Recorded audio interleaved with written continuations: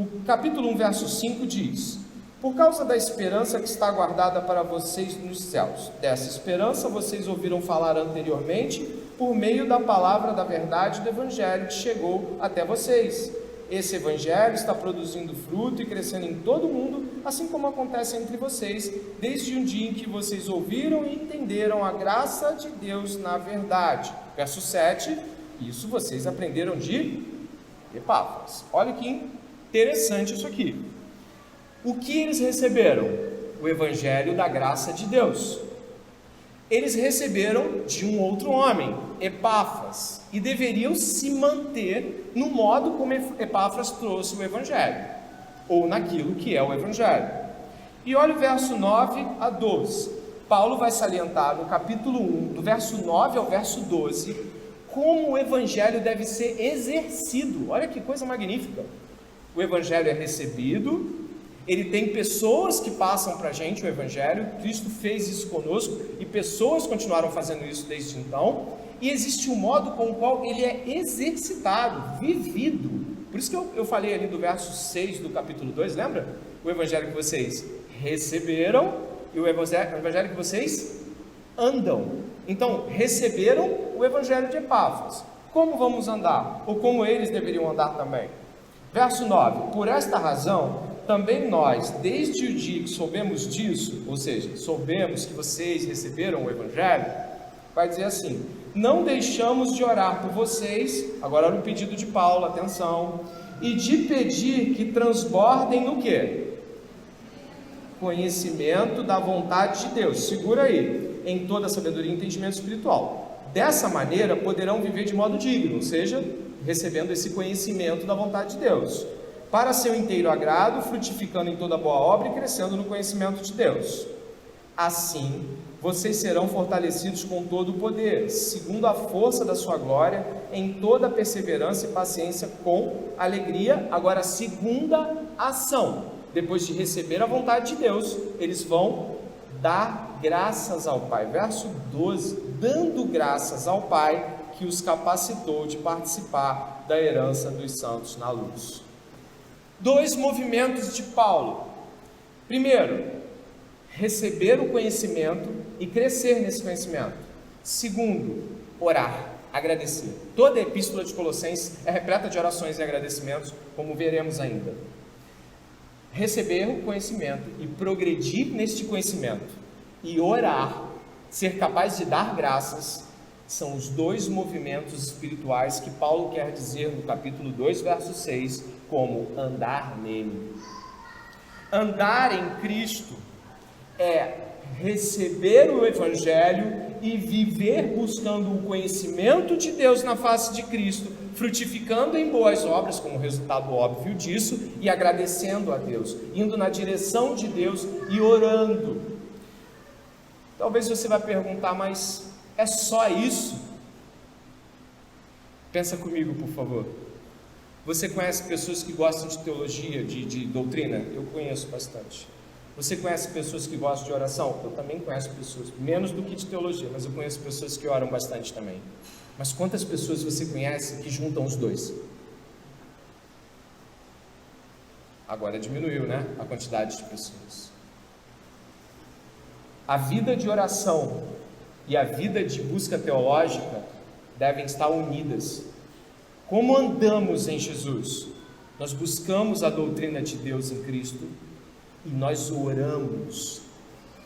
Essa carta é tão enfática com oração, ela é tão chata com oração, vou brincar com esse termo, ela é tão lá com a gente com oração, que primeiro, Paulo está aqui, está orando, eu oro a Deus que vocês cresçam em conhecimento, e que crescendo em conhecimento vocês possam viver de modo digno, e vivendo de modo digno vocês possam agradecer a Deus por ter sido capacitados de viver dessa forma e ter essa herança. Mas ela não vai parar aí. Antes de mais nada, uma breve consideração em relação a isso.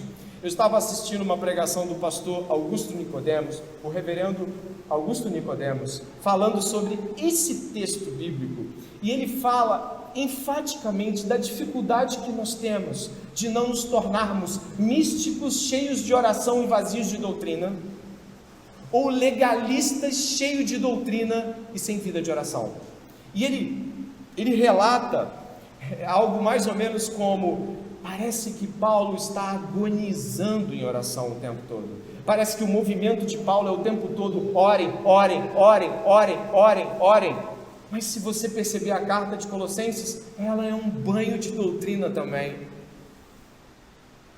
Aí vai a primeira pergunta que talvez chegue ao teu coração e faça algum barulho, né? Você já uniu os dois?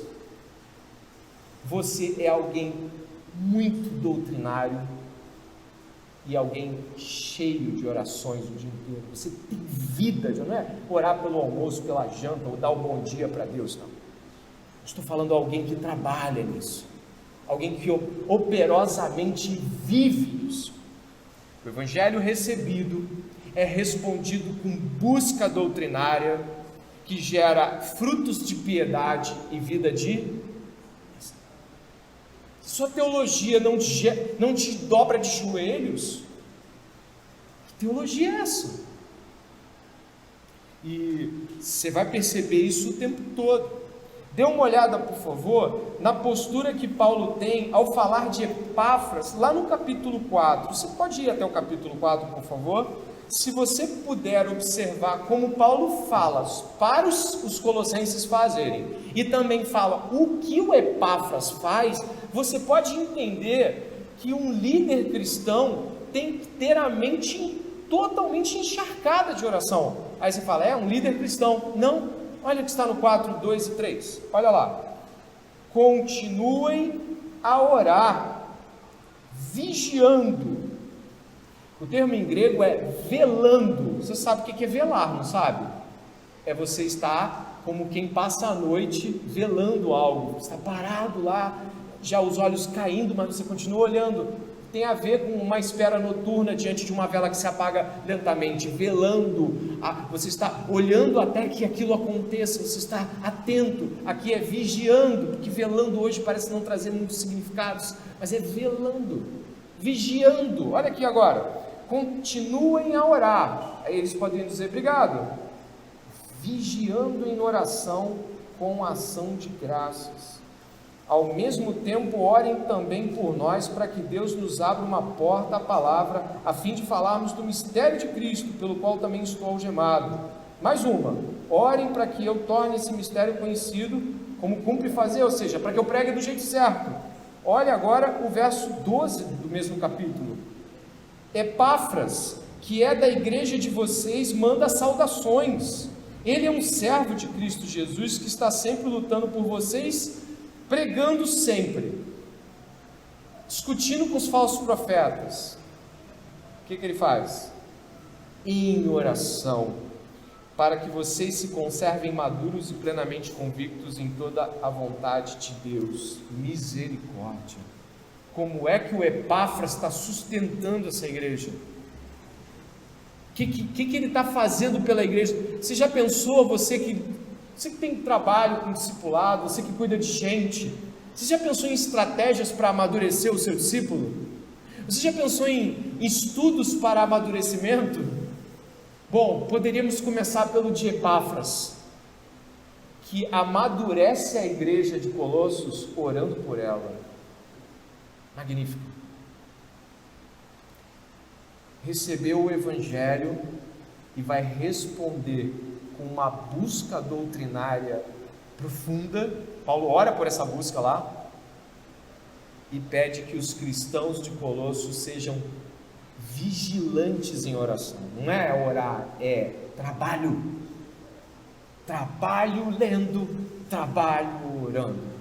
Trabalho lendo, interpretando, tentando entender o que Deus está falando, as escrituras, os livros.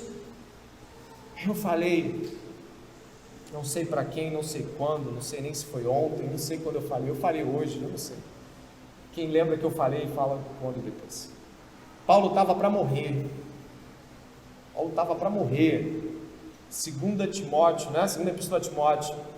Paulo está dizendo: combati o bom combate, fechei o pote, estou guardando a fé, está tudo certo. Timóteo vem logo e traz os pergaminhos. O que é isso? Esse camarada vai morrer, traz os pergaminhos. Sabe, existe uma relação que não para a vida do cristão, que é a busca pelo conhecer a Deus. Conheçamos e prossigamos em conhecer o Senhor. E do outro lado, vigia em oração, vela em oração. E o que é isso que você está ouvindo agora? É a tradição cristã, que Paulo está dizendo, não tira, não bota outra tradição, a tradição é essa. Essa é a tradição cristã. É isso que eu quero que vocês guardem. É isso que vai contrapor os falsos mestres. É isso que vai sustentar a igreja contra esses falsos mestres.